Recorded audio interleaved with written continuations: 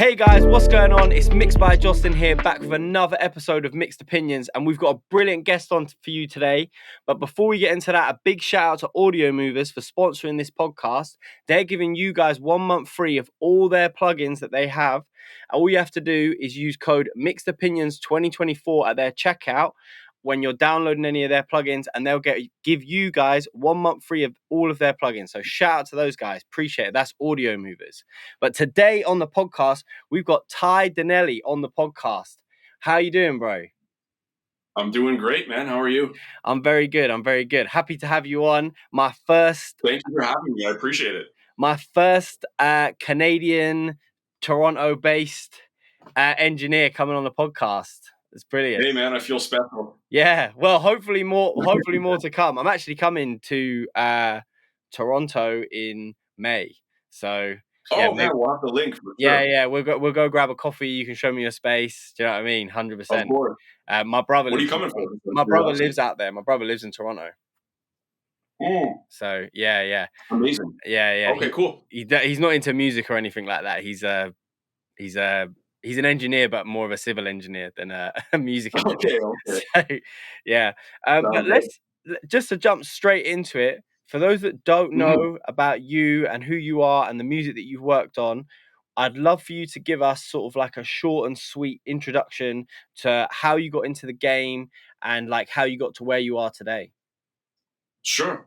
So yeah, I'm an audio engineer in Toronto, Ontario, in Canada. I've kind of been doing this full time for, I believe, the past 11 years now. I mean, this might be the 12th year. I don't know. I always lose track, but somewhere around there. Even before that, I was doing it as just a hobby. You know, started out like a lot of other people, parents' basement kind of thing. And I was in Winnipeg, Manitoba, which is kind of the province over from Ontario. Okay. And came out here to Toronto. Just to kind of make something happen. And if it worked, it worked. And if it didn't, I was just going to go back to my hometown and figure something else out. But because I guess 12 years later. Am I right in saying I'm not like too familiar in like the country's layout, but is Toronto sort of like the most happening city? Like when it comes to Toronto's kind of the place you want to be. It's the biggest city in Canada. The general area of, we call it the GTA, which is kind of made up of several different cities, is I think like maybe 6-7 million, something like that. Okay. Whereas most other cities in Canada are like not even a quarter of that kind of thing. What's the music scene like outside of Toronto? Like just in Canada in general? Yeah, like is there any other cities? Like obviously in America, you've got like LA, Nashville, New York, all are like very prominent music scenes in their own right. Do you know what I mean? Sure. And over here, you know, it's like London, basically, in part of Manchester.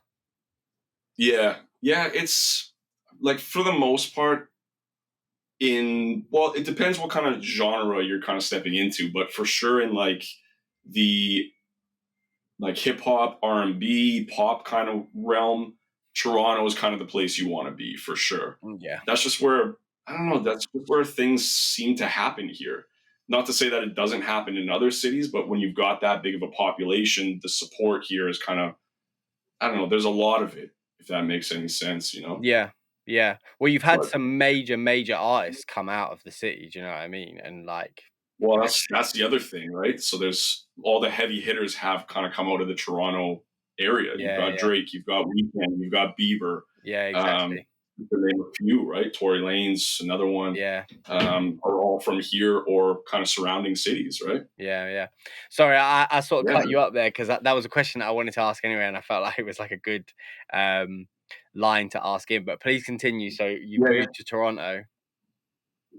Yeah, so I moved to Toronto and just started out kind of engineering out of my condo, and didn't really know where it was going to go or if it was going to go anywhere at all, but just kind of started it. And I was applying for internships at some kind of bigger studios in the city, but I would just kind of get like no response back, or just the typical like, hey, we're not looking for anyone right now. Right.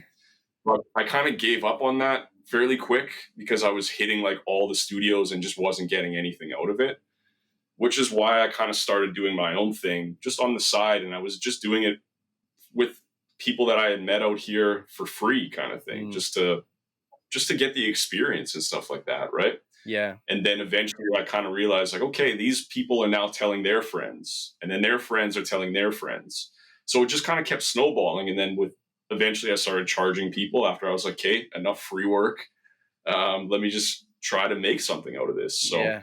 I started doing that and really just kind of branded myself a certain way. And always, my whole career, I've been like a home studio kind of guy, and always just kind of made it work, you know? Mm. I feel like a lot of like, especially the new generation of mix engineers, that does seem to be the case, because we live in quite Yeah, an impatient society now, and everything wants to be for quick. sure. And it's like, you Yeah, know, that leans into both ways for being an engineer. It leans into like, okay, now we don't really have to sit and be an assistant for 10 years and a runner and yeah, XYZ. We can build our own space and we can work our own space. And it also works for like the artists because they don't want yeah, to have to sort of like wait to get big to start recording in like better places and da da da da. They want to turn up to a spot and just get it done, and they can be there until whenever. And it's a totally chill vibe. So it's like the industry yeah, sort of like forced this development of like engineers, and now it seems like everyone that's like breaking through and is doing big and cool stuff has sort of like come from that background, and you're hearing less and less and less of the traditional route. Do you know what I mean? Because like it's the exactly the same big as sort of how studios I and did stuff it. like that. Yeah, Yeah, yeah. yeah, Well, yeah, I think it was something that I kind of realized earlier on, like when I was kind of starting out, that you didn't need the big studios anymore. And big studios were becoming less and less of a thing. And to yeah. this day, like, sure, if you've got the label budget behind you, great, but the average artist isn't going to book Abbey Road or something like that. You know what I mean? Shout out to Abbey Road. So that's on my bucket list to get there someday. Yeah, they're But great. yeah, They're so great people. When you come that well, I'll come and visit you in Toronto, and then you come and visit me, and I'll make sure I'll take you around Abbey Road one day. I'm done. I love that, man. Yeah, But yeah, man, I think it was just one of those things. I saw like the shift in not needing the bigger studios anymore, and I just kind of just jumped on it and just went full, yeah. full home studio and just kind of committed to it. I mean, it even really boils down to like the music that's being created now. If you go back Totally. 20 years, 30 years, they needed these big spaces because they'd have Yeah. bands, they'd have like, quartets, full orchestras, Yeah. whatever it was. They needed these large, big commercial studios with massive desks and stuff like that. But Exactly. as the technologies progress, most people, you're getting like a 16-year-old kid making a crazy beat in school, sending it off to a big artist, and then bang, it's done. Like there was no need for a big studio. You just need a room, a treated room, a microphone, and a talented engineer, and you're good. Yeah. Do you know what I mean? So Well, yeah, and that was the other thing too. It's like you can get the gear that these big studios have if you want, and put it in a home studio, and still you're getting that that quote unquote big studio sound, but in the comfort of your own home. yeah, of course, exactly that. And I mean, obviously, even the battle of like, you look at someone like Billie Eilish, for instance, yeah, and her Yeah, first debut album was recorded like in her bedroom with her brother yeah, on a 103 Neumann, and like yeah. probably going into an Apollo, no doubt. And it's like all Oh, of that stuff 100%. Yeah, is like 110% obtainable for people. Do you know what I mean? Like it's so exactly. Yeah, and she created like a groundbreaking album that like totally shook yeah. the world. So there's like zero Totally. excuse for it. you Oh, know, trust me, man. I love the home studio route, and just yeah, I know England or London is the same too. Like it's expensive. You know what I mean? It's same with Toronto. It's the most expensive city in Canada to live. yeah, of So if course, you're already in a house or a condo or something like that, and then on top of that you've got to find a commercial studio space to rent, you're talking a lot of money a month in just yeah, getting by. You know yeah, what I just mean? your rent. Do you know what I mean? Just the rent alone, Yeah, and never exactly. mind renting a studio space on top of that, right? Yeah, So for me, exactly. it was a combination of just being smart financially and just being comfortable, not having to travel somewhere every day to go to the studio, or Yeah, it's true. I mean, some of the biggest mix engineers in the world now are like mixing from their houses. They're just creating studios in their house. Yeah, Like Tizio just has yeah. a spot in his house. I think it's in his Man, I basement. love Studio. Yeah. He's one of my favorites. Well, Yeah, yeah, and like, arguably he's like one of the best right now. Do you know what I yeah, mean? exactly. And I think he just won an award for like best Yeah, engineered album at the yeah, Grammys. for the Victoria Monet Yeah. album, I think it was. Yeah, And like, he's doing all those mixes from his bedroom. Well, not his bedroom, sorry, it's crazy. his home studio. Yeah, And like, yeah, it's just it's totally shifted everything. And it's one of the things that I do like to highlight on here, because I don't feel like it's spoken about enough, because they're like, the industry still tries to keep this sort of like, the curtain over everyone's eyes, that like, oh yeah, it's really difficult, you need to do all of this, da, da, da, da. Like when, yeah, so a lot of people, I don't know if you are, maybe it's a good question, like, but like a lot of people aren't even like trained. They don't even go to school for it anymore. Do you know what I mean? They never sure. needed to. Was Yeah. that a route that you did? Did you have any like formal training? So I took a course in Toronto. It was just kind of a 1 year program kind of thing. It wasn't anything too crazy. But I did that, and I I left it like, I don't know. I was kind of on the fence about it. Like, I felt like I got some stuff out of it, but I didn't know how to properly mix a record, and that's what I thought I might have got from Yeah, school, but I just didn't. It was more like, if you're in a bigger studio, you know your way around an SSL console or the gear, or how to rig up a tape machine yeah, or something like that. And then you get a lot of other kind of random classes that I didn't think held a lot of value necessarily. So all the stuff, and people ask me that all the time, like if I went to school for it and if I think it's worth it and blah blah blah. And I can only speak from my personal experience. And for me, I don't think it was worth it. I think just because of everything I know today was just from me trying it and just experimenting and just training my ears and getting good at it. You know yeah. what I mean? You can't just get taught something and instantly you're just an amazing engineer. No, You of got to course kind not. of go through. You got to go through the process, and your ears have to go through the process. That's what a lot of people don't understand. They Yeah, think they are able to watch a couple YouTube videos, tutorials, and then instantly, just because they watch Tizio mix this record, they can copy it and it's going to sound exactly like Tizio. yeah, That's not how it's done. You can get the methods from people, but you still need to kind of work it into your own way and just kind of make sure your ears are knowing why he made those EQ cuts, or why this compressor is here instead of over here, yeah, or exactly. why you know what I mean. So you have to Or kind of go sometimes through why he that. didn't do. Exactly. Yeah. And that's like a really A hundred important thing, percent. because what I find a lot of people do is they'll go on YouTube, they'll learn like Mixed by Ali's vocal chain, and then they'll just use Yeah. that on everything, right? And like, Yeah. and it's like, well, no, that's for that particular record. Do you know what I mean? And it's Exactly. like, Yeah. sometimes you get sent stuff and it doesn't need that kind of saturation. It doesn't need um an overly heavy compressor added to it. Do you know what I mean? There's Yeah. Exactly. lots of different ways of approaching it. But yeah, me That's it, and man. George T Music had a very similar conversation, actually, because obviously he does these great breakdown videos. um but Sure. it's important to obviously take in as much information as you can, but you have to practice it and you have to really learn why they're doing it. Do you know what I mean? Totally. Yeah, Yeah. Well, yeah. So to answer your question, yes, I did take kind of a course on audio engineering, but everything I kind of know today was just from trial and error. yeah. Sorry, 1 second, I'm just having a bit of an issue with my camera connection. Sure. No Is my worries. audio coming through? Wow. Your audio is good. Your video's a little Yeah, I don't know why that shaky. is. Yeah. That's Um, all good. I can still hear you. yeah, okay, cool. It's yeah, we can like trim this bit out in the episode. Yeah. Yeah. No, it's all good. I can hear you fine. All right, cool. You're Because good. I'm gonna use this camera anyway, so that's fine. Yeah. Um, Yeah. I think I'm back now. I don't know. Who knows? Yeah. You're good. You're um, good. You're good, I man. replaced the cameras anyway. But anyway, so Yeah. um, Sure. but back to sort of like formal education.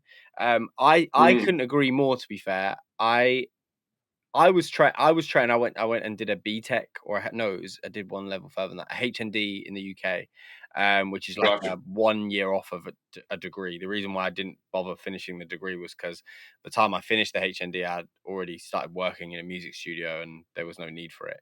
Um, but Sure. Okay. I feel like one of the issues is with the educational side of things, and I'm not putting a blanket over like the whole education system, because Yeah.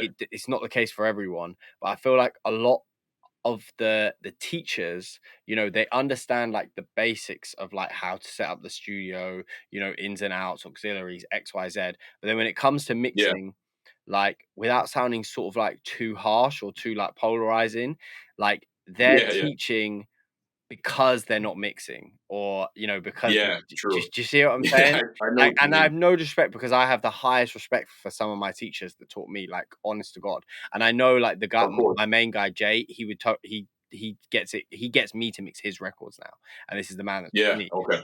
And it's like, I feel like that's where it gets let down, where, maybe they should start to really try to reach out to actual mix engineers to come Yeah. in on like a short term, like, for like, and do that semester or do that part of the course. Do you see what I'm saying? Just to like get hands on, Totally, because man. they're happy to like Yeah.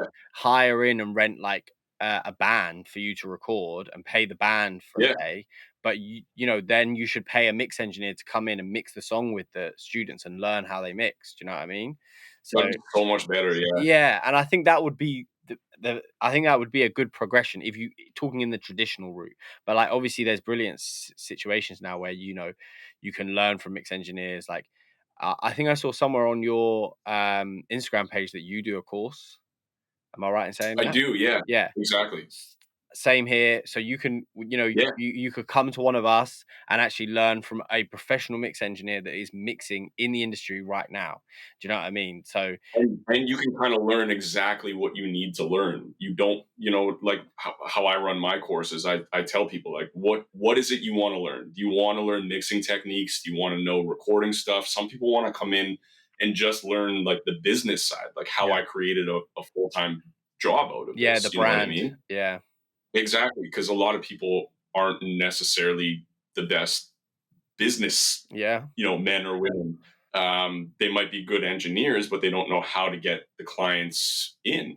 You know what I mean? And you could be the best engineer in the world, but if you don't know how to bring in the business, clientele, yeah, then no one's going to hear you, right? yeah, exactly that, So yeah, so I think, and we're in a good era right now of, because back then when I went to school, there weren't a ton of people in our field on YouTube, like teaching stuff. Like Pensato was kind of around, and there might have been a couple other guys, but like there wasn't the insane depth that there is now. Like you can no, just go on YouTube now and learn anything about engineering from a bunch of different people, and you've got to kind of take it, with a grain of salt, because this person's techniques might not work with what you're doing, or this person might be different, or whatever.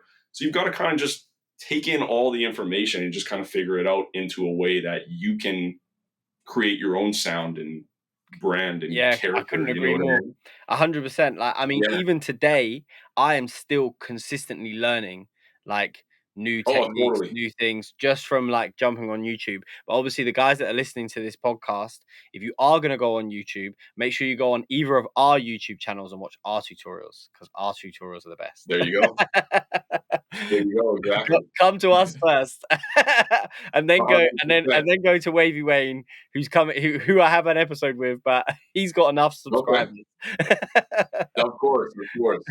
And I just started my YouTube channel, so check me out there No, too. that's why I said it. I saw on your Insta that you just opened that up. So I mean, Yeah.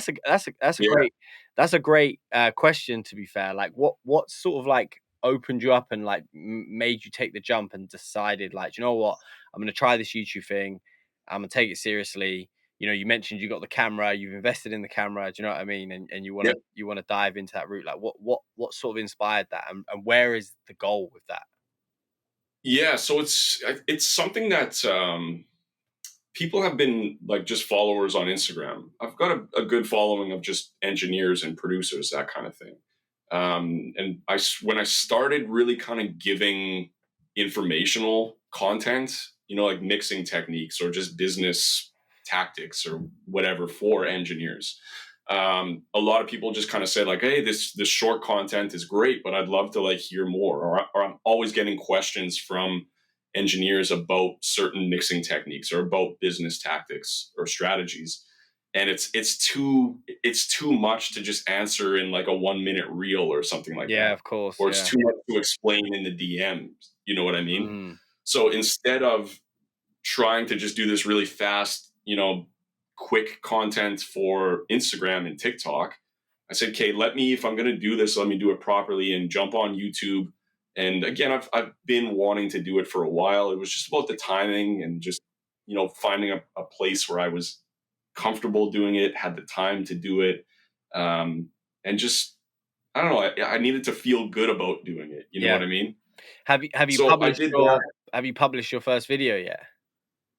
I've got an intro video, and I just put my kind of first content video up last week, and I'm gonna have another one coming this week, and I'm just gonna try to keep Okay. doing one a week for We'll have the it all linked foreseeable below. future. So anyone watching this Of course, episode, I appreciate it. go and click and check out his channel, subscribe, and yeah, let's get that All channel the good going. stuff. Yeah, Yeah. of course, I appreciate How it. did you find sort of like transitioning from like making shorts to making like more long format? Because I know it was something when I first started doing it, I was like, this is a little bit crazy. Like, Yeah, it is a totally different process of like writing the video and like filming it and then even editing it. Do you know what I mean? totally. Yeah, and I was going into it with not a lot of knowledge on just video stuff in general. So even just getting the camera and figuring out how to work the settings and just simple things like that was like it still is a struggle. I'm still Yeah. kind of figuring out the right, Yeah. um, I'm settings constantly and just fucking up. lighting. Yeah. It's just one of those things you kind of have to really learn the process. Yeah. And just going into the editing, I've got to figure out like I'm using Final Cut to chop up my videos and stuff like that. So just learning I'm so used to like, I want to do like the Pro Tools shortcuts, like on my keyboard in Final Yeah. Cut.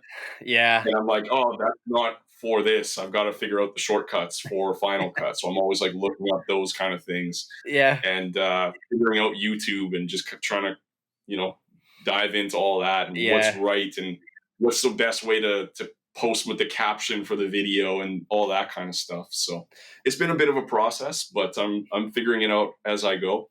I use Premiere Pro. I found that one to be like the easiest transition into because I Got tried you. Okay. Final Cut. I tried Sony Do one as well. I can't remember what it's called.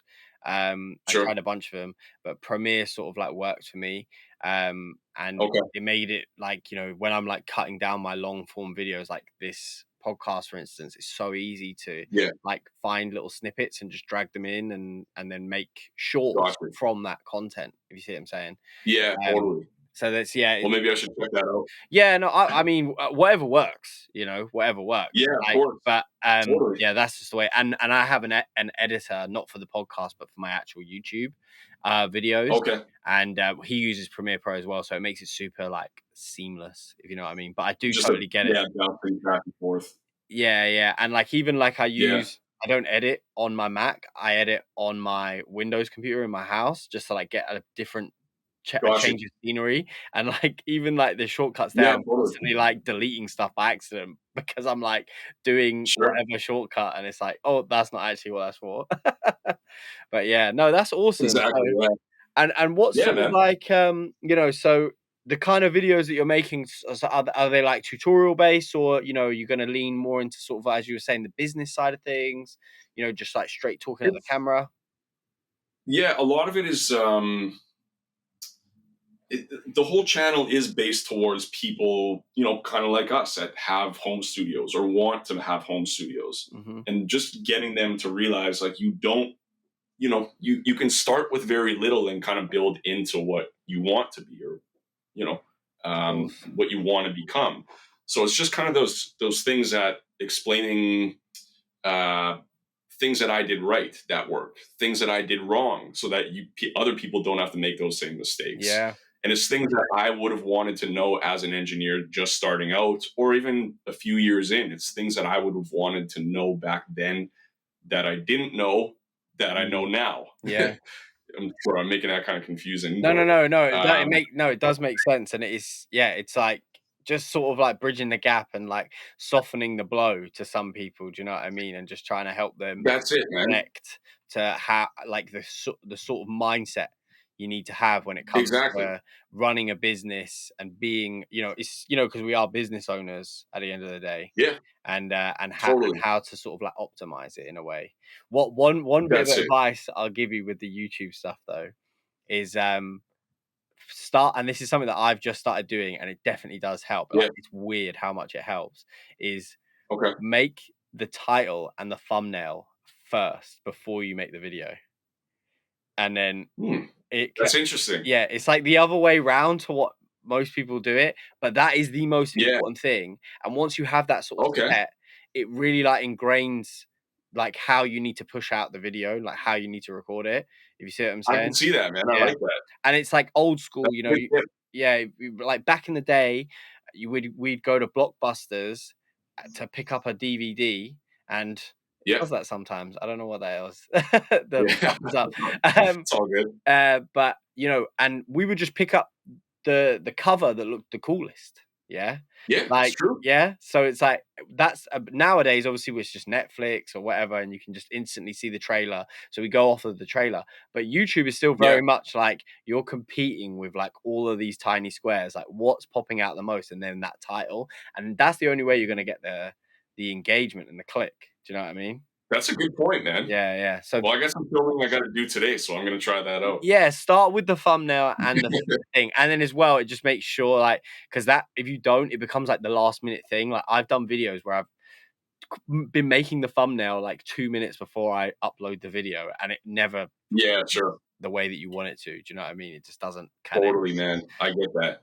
But coming off of YouTube a little bit, Yeah, I'd love yeah, to for hear sure. like obviously where your passion for music started. Like, where did the drive come from to like really want to get into the music industry? Because it is not an easy industry to get into, and you need to almost be obsessed to actually do it. You do, yeah. I think, well, I've just always been a musical kind of guy. Even when I was younger, just playing guitar and being in bands and stuff like that. And then I transitioned into making beats, and then I fell in love with hip hop. You know what I mean, and R&B and that kind of stuff. And then that's where I really kind of started, being like, I love this. This is so fun, and just recording some buddies like for fun in my basement or Mm, something like that. So it all started with going back pretty far, just loving for the love of music at the end of the yeah, day. And man, there was nothing else I was good at. Nothing. Like there was nothing I wanted to go back to school for. I couldn't go back and do like a 4-year degree or anything like that.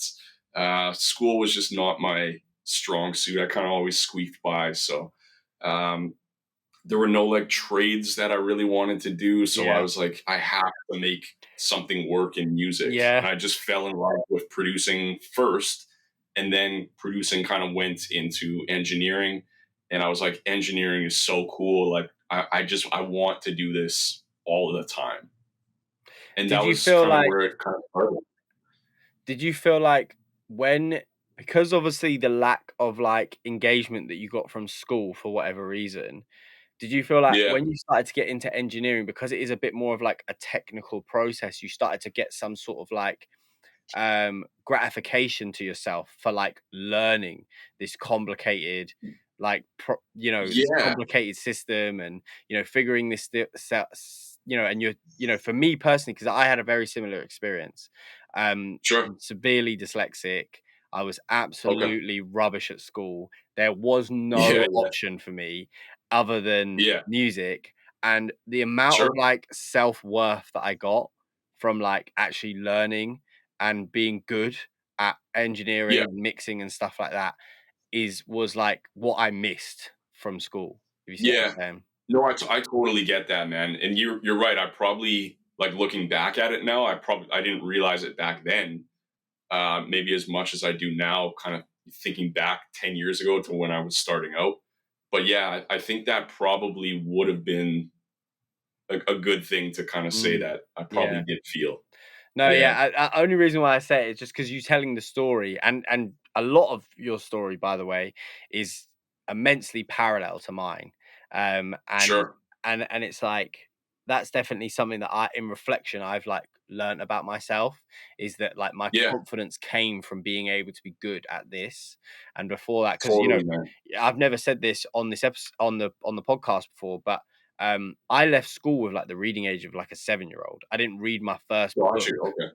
I didn't read my first book cover to cover until I was 21.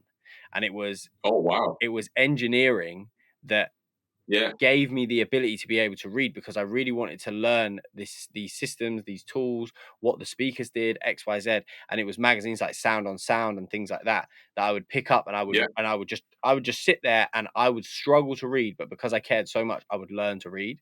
And so, yeah, 100%. that it was that passion that sparked all of that and actually made me be able to be like a functioning person in society. Do you know what I mean?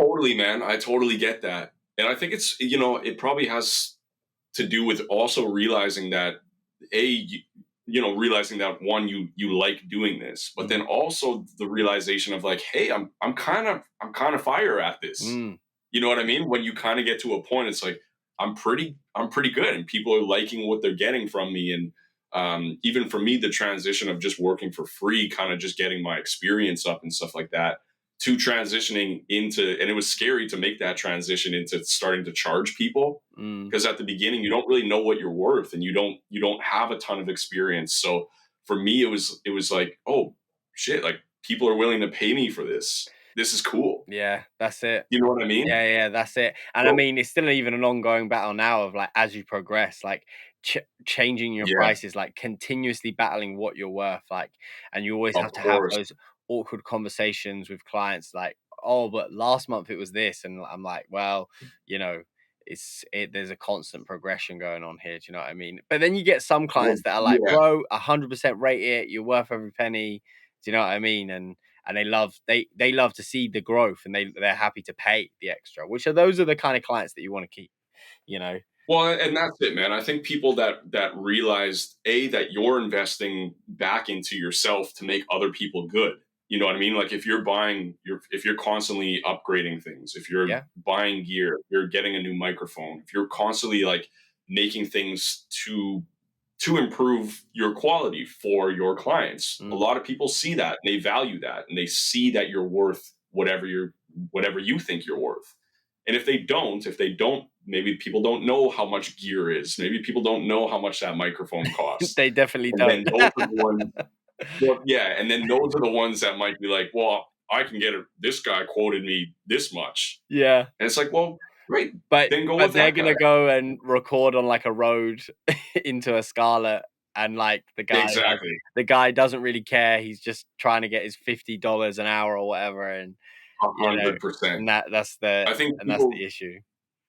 yeah, like real serious artists will, they know the value that an engineer holds. And I've said this all the time. I don't think engineers get enough credit as they should, which is a whole nother topic. But Well, we're working on it. when a good, yeah, exactly. But when a good artist does appreciate and value an engineer's time and their abilities, it's such a great process, like between the artist and the engineer. Yeah, Like those kind of 100%. situations, it doesn't even feel like work. You know what I mean? No, it Because doesn't you're at you've all. got such a good connection that you're both respecting each other's time and value and that kind of thing, and it just goes so smooth. You know what I Yeah, mean? and it's just very like having that transparent level of connection. Do you know what I mean?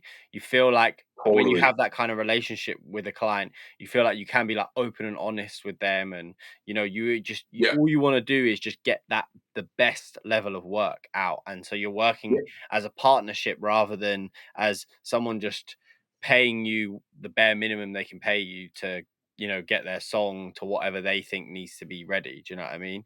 So Yeah, yeah, exactly. That's it. yeah, it's so important. It's so important. I say it all the time on this show about having, trying to build. really, really good relationships with your clients. Do you know what I mean? And not just like overloading yourself, taking the money, trying to get the work done quickly. Like having that level of communication is something that's super important, and like just having like integrity with your work. Bro, that's a whole like video that I want to kind of do on my channel, is just like telling engineers like maybe you've got amazing gear. Let's just hypothetically say maybe you came into some money and you got yourself a U87, and then you get a tube tech compressor. You've got the Neve 1073 pre. You've got all this Yeah, nice gear and stuff like that. But a lot of the times the client doesn't give a shit about it, or they don't know how much that tube tech costs. So a lot of times, like the gear and what you have isn't as important as like the talent that you have as an engineer, and just being a human around people, 100%. treating people well, respecting people's time. Don't waste time if you're in like a recording session with an artist. That's their time that they're paying for. Don't be taking all these breaks and stuff like that. And a lot of times I find like it's, especially just with recording sessions, like artists use that time almost as like therapy in a sense. Yeah. And I have such deep conversations with a lot of my clients, because they come in and sometimes they just need to they need to vent a bit, or they Mm. want to vent it out in the music, and then they kind of tell you the backstory.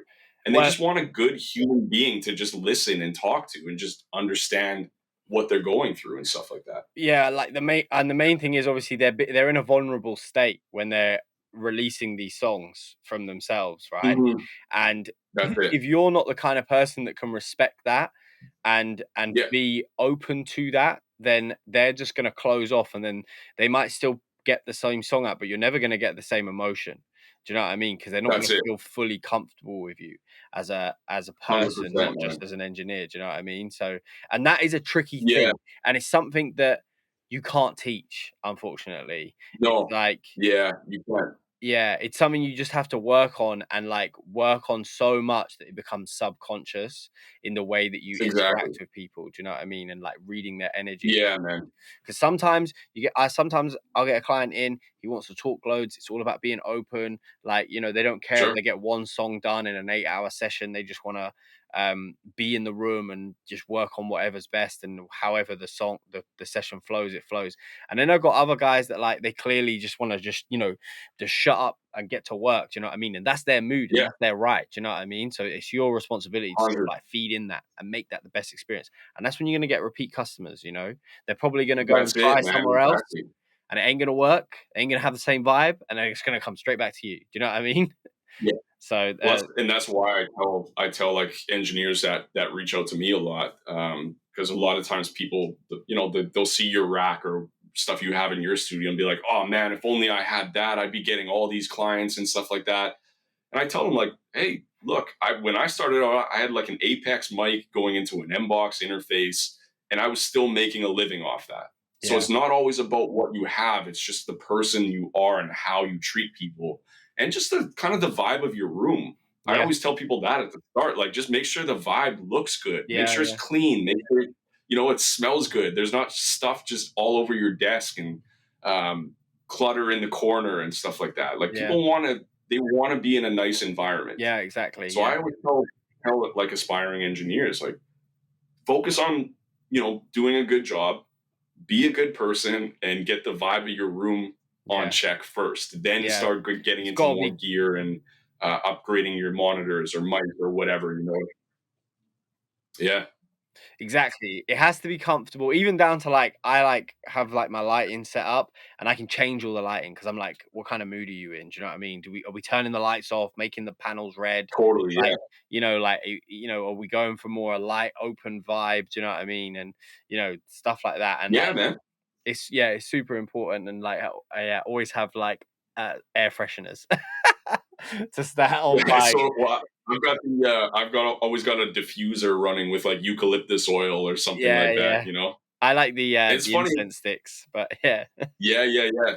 It's those little things that people appreciate though, Yeah. or just having water out for people when they come in. Like something as simple as that, clients just they'll be like, "Okay, this guy, he cares. Yeah, it's You that know what I extra mean? service. Yeah, that 5-star service, and Offering it's them the tiny things. offering them tea, coffee, whatever. You know what Yeah, I mean? that's it, Doesn't that's it. doesn't cost you much, so it's one of those little Makes a things that big will add deal up to to the them. big picture. Yeah, yeah, that's it. That's Yeah, it, man. 110%. Talking of, like, obviously records and your clients and stuff like that, like, I've seen Yeah. from your Instagram that, you've worked on some pretty cool records. I'd love to hear, like, what some of your favorite records you've worked on and, like, the standout records in your career up to this date. I've got a few, man, and some of those few aren't big artists necessarily. You know what I mean? Because for the most part, I have catered to independent artists Mhm. for a lot of my career. Not to say I haven't got some major label gigs and that kind of stuff, but most of the work that I get is from just hungry, independent, up and coming artists. So some of them, like, people might not even know, but some that stand out to me specifically, I work with this artist named Lavish. He's insanely talented. He's from Toronto, and he is signed Sorry, under. you Well, cut he you cut out for a second then. Can you Oh, repeat is it that? cutting out? No, you're back now. Can you repeat that? Okay, yeah. Okay, so yeah, so one artist specifically that I've been loving working with is this guy named Lavish. Go check his stuff out. He's crazy. But he signed a deal through Chubbs, who is OVO. He's kind of Drake's right hand man. Right, okay. So Chubb started his own label and wanted to start getting into artists himself. And Lavish was the first artist that he signed. They then took him and brought him to and got a deal through Def Jam. So I've been kind of working with him the past little while. He's got an album coming out sometime this year. And so there's stuff on that's not necessarily released yet, but will be. But there's some records from him that you guys can go check out if you just, Spotify him and whatever that I've had a part Dope. with. Yeah. So he's one of them. Another one that really stands out is a song from a Toronto artist who goes by Hoods 9. He's a rapper, and he got Tory Lane a feature from him, and I recorded that and mixed it. And that was a really fun record to do, and just kind of being able to mix a Tory record and that Yeah. kind of stuff was cool. And then there's other people, again, just kind of smaller artists that are great. That like Juliana Jones is one of them who I love. She's a great kind of R&B pop singer. I'd recommend you guys go in and check her out. I don't know. I could keep going, but again, a lot Yeah, of them yeah. people might not know. No, that's amazing though, and Yeah, obviously having that connection and just working with those artists is so important. But definitely gonna check them out. Obviously, send me some links and we can put them in the description below for people to have a look at, yeah, so of they can hear course. some of your work and some of your mixes and stuff. Oh, hang Um, on, you're cutting out here. and now I'm cutting out. There you go. Am I back? Yeah, you cut out for a sec, No, but all good. I caught the end of it. You're good. No, sweet. Yeah, That's awesome though. One of the next questions that I want to ask, and I think this is a cool question to ask you. Some people, shy away from the question. Some people go dive into it, but like yeah. Let's hear obviously, it. as a engineer, a lot of the time we're faced with just like solving issues. Like, I'd love to Yeah, know like a memorable studio fail where you were like, just like cringing out, like, oh, how did this happen? Is there anything, or are you one of the few engineers that have like sailed through with no that's a big great mistakes? question, man. Um, hmm. I'm trying to think about that. There was there was one somewhat recently that although I wouldn't necessarily say it was like my mistake, but I was in the studio in Toronto and we were recording it was for that artist Lavish that I just mentioned, Right. and we were recording these background singers because he wanted this kind of choir vibe for it. And it wasn't a big studio, like it wasn't one of the major studios in the city. It was just kind of a smaller place. I don't want to say the name, but I don't want to throw anyone No, under the no need to bus. throw anyone under But the bus. No. There were just, man, we were trying to just get the levels, and for whatever reason, we just could not get signal through certain preamps, and something was just off. We tried to narrow it down to the cables, and we tried the microphones, thinking they were wrong, and then we realized it was kind of a couple of the preamps that they had were a little janky. But we were going on and on trying to figure out this thing, and the singers are just like in the booth sitting there for like 2 hours. And I could imagine, I'm running back and forth from the booth to the control room trying to figure this out. And I was just like, oh my God, I'm so sorry, guys. Like, we're trying to solve this and figure it out. And they're just kind of sitting around waiting. And I was like, oh, this makes me look so bad. But even though it wasn't necessarily my And it's screw up or super anything. stressful, But, right? You know what I mean? well, yeah, you kind of just feel responsible because as an engineer, it's like you're the captain of the ship. Like, you're still running things. And if something goes wrong and there is some kind of confusion, it still kind of makes you look bad. You know what I mean? It does happen though. So And that, that's it's something important. that comes to mind as of recently. But I'm sure there's more. I just can't think of them at the moment. Yeah, but it does happen, and it's, But there's always something that happens from time to time where it's just like, you can't figure it out, or it takes you forever to figure out. yeah, that's it. Is my connection still good? Can you hear me all right? Yeah, you're good. You're good. The connection's gone a bit Oh, bad. maybe not. Am I back? There you're back. You're back. All good. I think it's the time of day over here. It's Yeah, fair enough. I think it's like everyone's just coming home from work and like Yeah, jumping that makes online. sense. Yeah, Yeah. But yeah, no, totally, man. I It's all totally good. I totally get that though, and it can be so stressful, and it's like, like a teeth gritting moment almost, and it's like, yeah, I've had lots of moments like that in the past where I've gone to like just random studios, and it's not my setup, and things are just not connecting the way that they should, or you think they should. And but yeah, and the artist is never going to understand, because they're just going to think like, No. dude, you should know this is like what you're getting paid for, sort of thing. But yeah, Yeah, exactly. but it's good to go through those experiences, because like obviously you learn sort of like how to sort of like deal with it, and like get through it, if you see what I'm saying, and then deal with the client in like the best manner. Do you know what I'm saying? So they're the most understanding. Exactly. You're not always going to get super understanding clients, like, you know what I mean? No. And Yeah. sometimes you might get a bollocking, and you might be stressing out, not knowing how to fix it, and at the same time you got the artist saying like, dude, what the fuck are you doing? Do you know what I mean? Like, That's it, giving you man. hella shit, and you're like, fuck. Like, a lot of people would crumble under that pressure, so it's good to Yeah, have, to get, be a bit tougher in those situations. that's it, man. Well, it's like, because as engineers, it's our job to make sure that things go smoothly in a session. So Exactly. if we're fussing around with stuff or taking too much time, like, I love to be as efficient as possible when I'm, especially in a recording session, where the artist is paying for that time.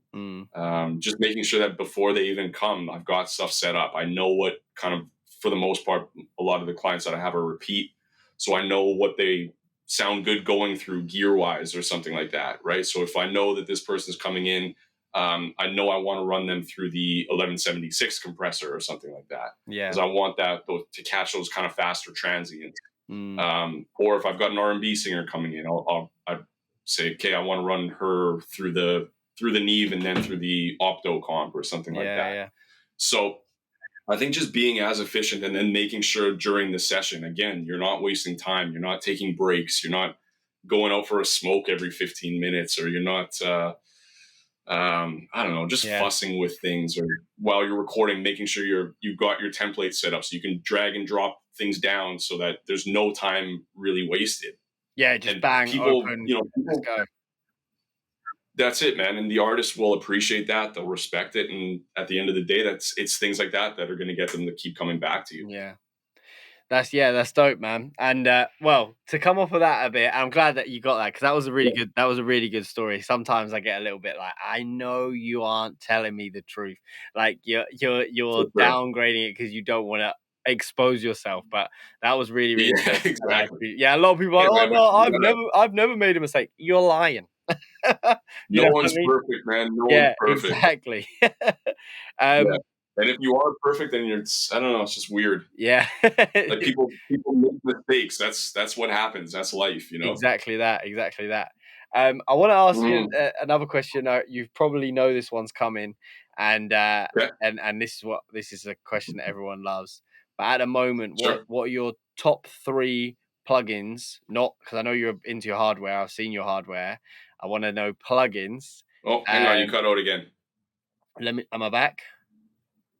Give it a sec. Oh, there you go. There you Yeah, go. You're back. all good. But sorry, repeat Yeah, that again. I said I know you have a load of plugins. I know you have a load of hardware.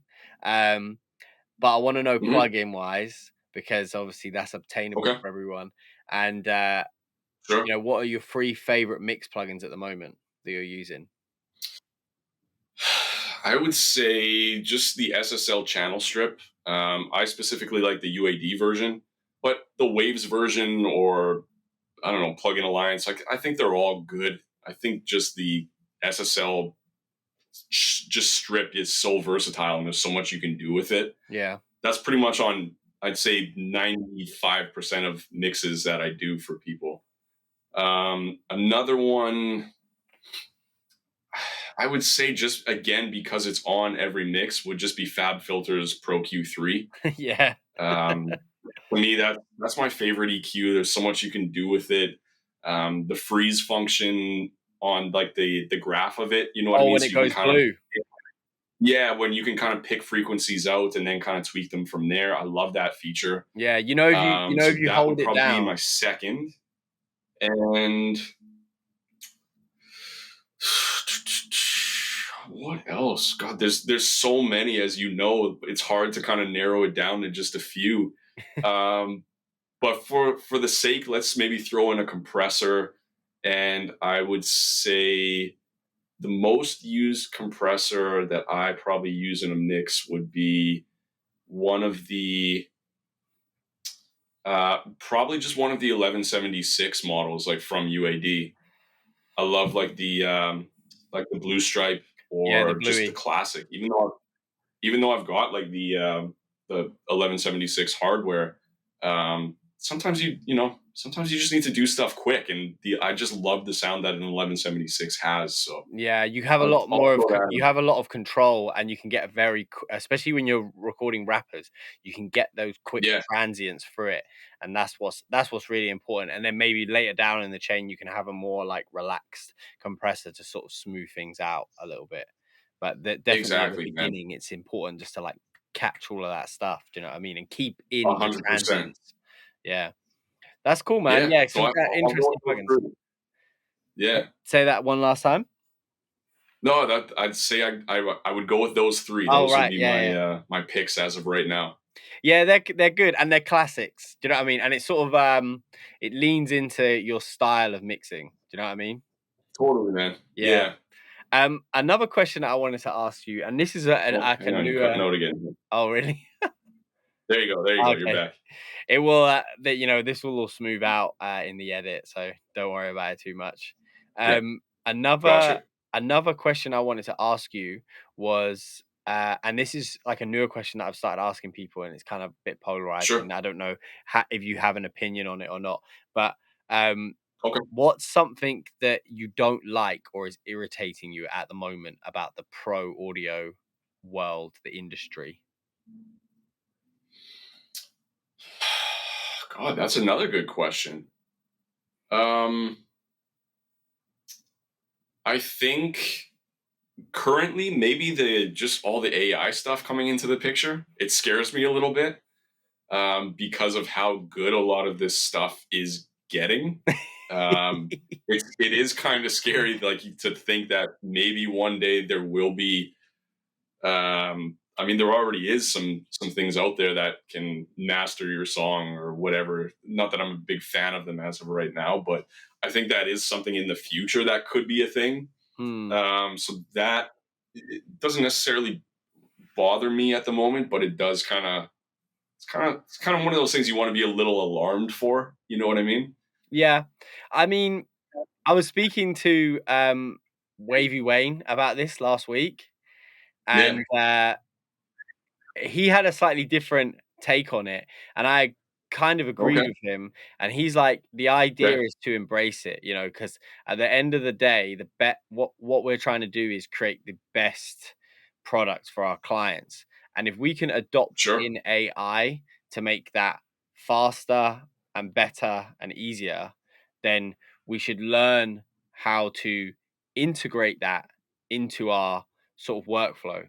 I rather than working Sure. against it and trying to avoid it, embracing it in where we think it's good and useful, and sort of like Yeah. trying to sort of like work with it, if you see what I'm saying. Not like I don't really I feel like obviously right now, like for the beginner artists and artists that are on like a big like a small budget and stuff like that, obviously like AI mastering is just like too good to be true to like to Yeah. not, you see what Sure. I'm saying? But as they develop and then they learn more about the sonics and become more competitive and stuff like this, like I don't feel like AI is ever going to be able to take away from our ears. Do you see what I'm saying? Because that's what we're Yeah. getting paid for, Exactly. is the ears. The For technology is sure. just the tool. So we can Yeah. use AI and just, use AI to improve our ability to use our ears, if you see what I'm saying. Well, yeah, and I think there are aspects of it that play a good. Like I was just seeing some, I don't know, it was some like a VST like for instruments kind of thing, and it Yeah, was yeah. I can't remember the name of it now, but it was just like it was integrating AI into it, so you could just kind of say like, hey, I'm looking for this kind of sound of this kind of style and that kind of thing, and it would just kind of pull it up and I think it's by Output. um, I think I've seen it. I think Output have made is it. it? Yeah, Yeah, it yeah. might be. I can't recall now, but you might be right. But I think those kind of things are cool, where it's integrating technology into ways just to kind of speed up the process for us. Mm. And there's other plugins too, like just for mixing and stuff that are starting to integrate that as well. And I think those are cool if you can kind of tweak them after the AI does its thing. You know what I mean? So Yeah. it still makes it you at the end of the day. Yeah, of course. Yeah. I think like a Yeah. good implement of it, and this is just me sort of like brainstorming a bit, would be Hmm. like audio fixing. So say you have like a particular starting point that you like your vocals to be at, like because we're not always in Sure. control of how the vocals are sent to us, right? Yeah, Um of course. and like having like an AI system that could, you know, correct the vocal to a point where Sure. to a point where it was a much better, cleaner starting block for us to then get creative. So taking out that sort of Exactly. like workload of just fixing the audio file before we even start mixing it, stuff like that, I think is going Sure. to be really beneficial for like, saving time in just the audio game. And I know like we were talking about editing software earlier. I know like Premiere Pro have just released a beta where they will use AI to fix the color grading to the camera that you've used, so you can always get that same color grading like visual depend so Ah, okay, okay. so, and then it's just like super quick stuff like that. I'm like, okay, cool, that makes sense. So now I don't have to like figure out what the my GoPro color grading needs to be to your Sony. We can just we Sure, can do like a okay. match and bang, it's done.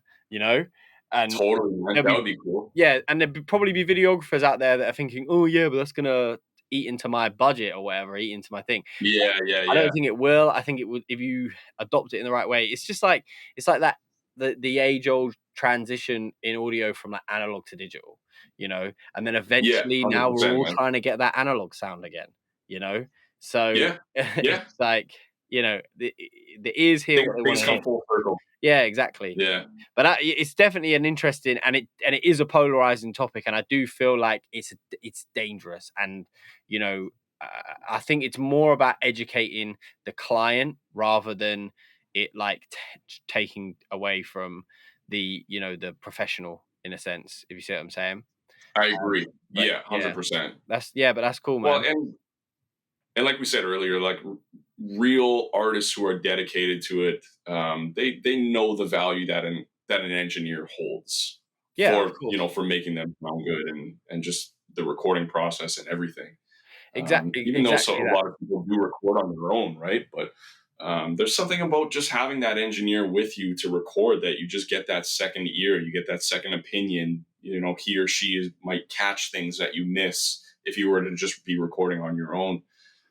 So And Yeah. when you get to a certain level, you don't want to have to take on all that responsibility, because as an artist, you have so much responsibility anyway when it comes to just like getting your music out, writing it, making sure it's, do you know what I mean? All of this stuff and promoting it, XYZ. Oh yeah, for So sure. like, sometimes it's nice just to delegate those responsibilities, even if you are capable of doing it to a decent standard. Like, you're much Yeah, better off man. just delegating it to an engineer who can do it and take it Exactly. to another level. Do you know what I mean? So then you just have to worry 100%. about the song, you know? Yeah. Yeah, but that's 100%, yeah. man. I think I think that is where we're going, and I think obviously my advice to anyone that sort of is wary about it is just, don't shy away from it. It's happening whether you like it or not. Sure. And just try to embrace it as best you can and Yeah. figure out a way of implementing it into your workflow. Because if you do Sure. that, it's like the Dolby stuff. Like, I get like, that's like another polarizing topic at the moment. Some people love it, some people hate it, some people think it's a waste of time, some people Yeah. think it's a farce, like it won't last.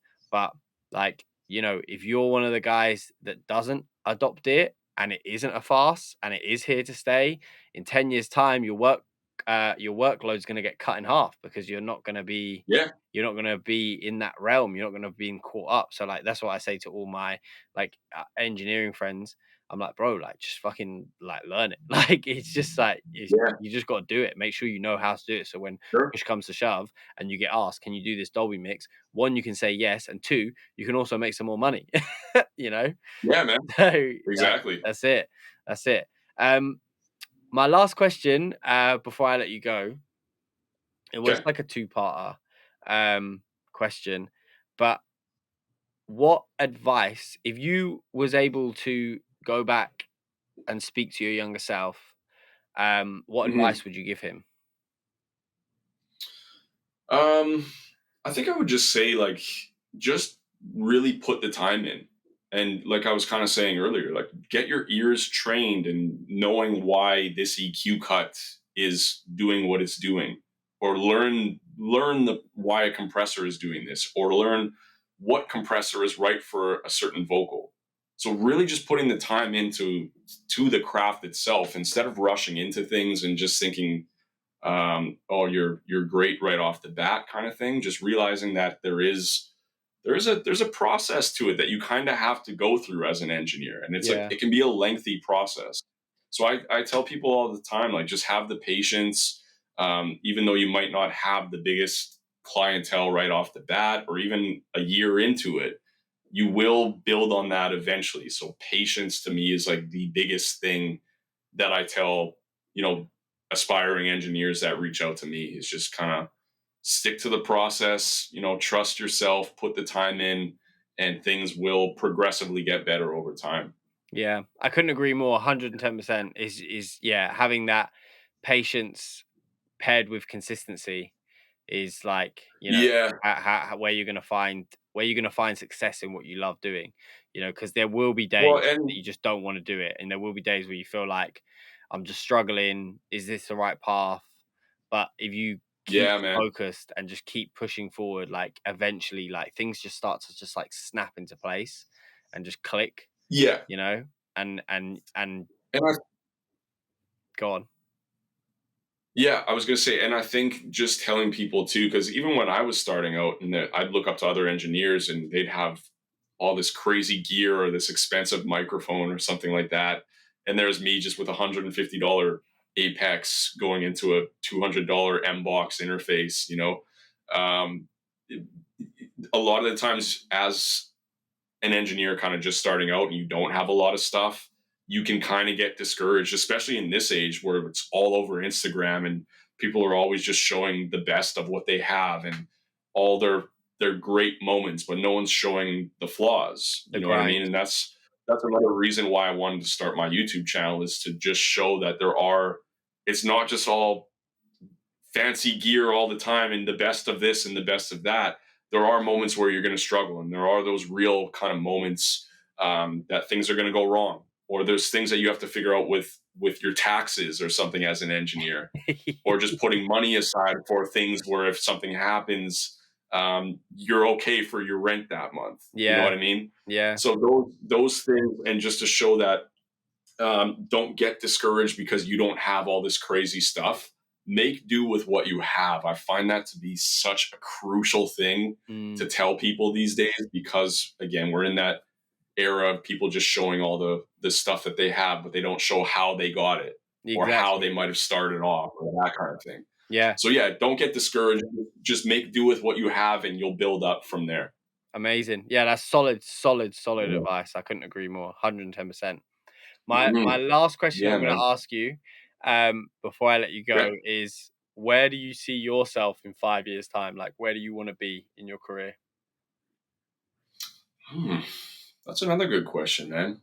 Um, I will say, like, for the majority of my career, I've always been I like making little small goals for myself, like goals that I know I can accomplish, or they might be a bit of a stretch, but I know they're very like reachable. Hmm. So I never like to say like, oh, I want to be,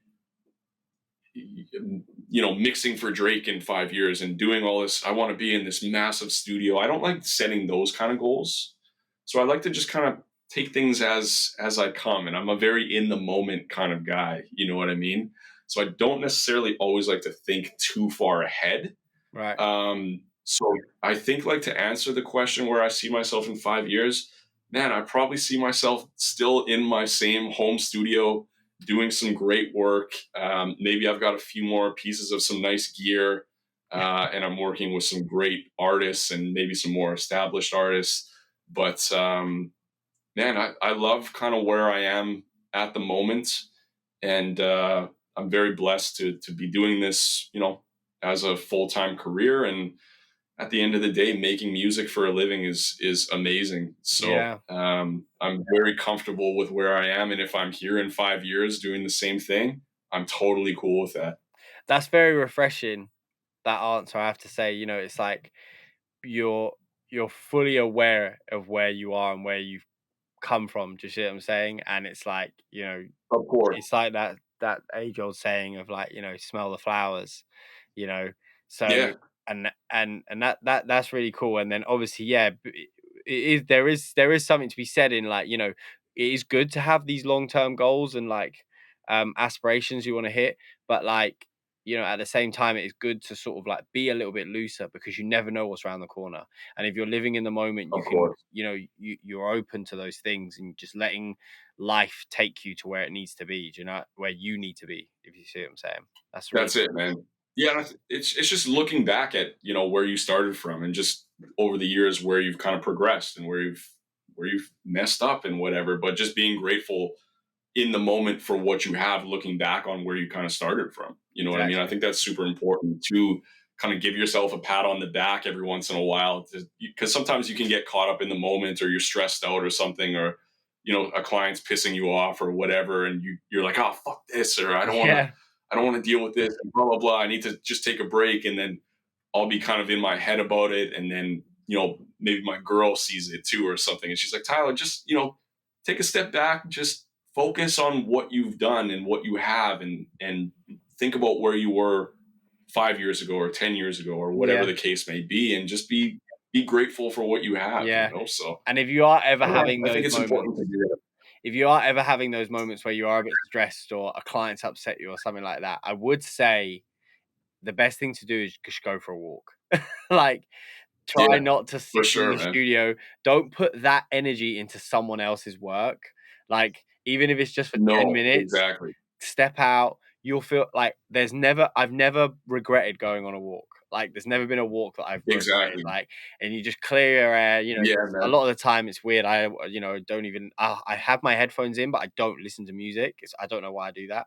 But Sure. like, just Yeah. Okay. Okay. and then by the time by the time I've walked around my block or whatever, I like feel so much more refreshed and like, okay, Totally. actually, do you know what I was just freaking out about isn't that big of a deal, and let me just get this done in the best way I possibly can, and then it always That's it, works out. man. Yeah. Yeah. Well, Yeah. I think you got to, like, just, yeah, take a step back sometimes. yeah, that's it, man. Well, it was a Yeah. pleasure to have you on. Thank you so much for coming. I really, really do Thank appreciate you, it. brother. And No, I appreciate you. Thanks for having me on. I'll have all of the links below to all of all of your stuff. And please make sure you go and check him out. Make sure you go and subscribe to his YouTube channel. And on that note, if you haven't subscribed, make sure you're subscribed to my YouTube channel. Give this video a like. Yes, Leave sir. any comments below. And I will catch you guys in the next one. Safe.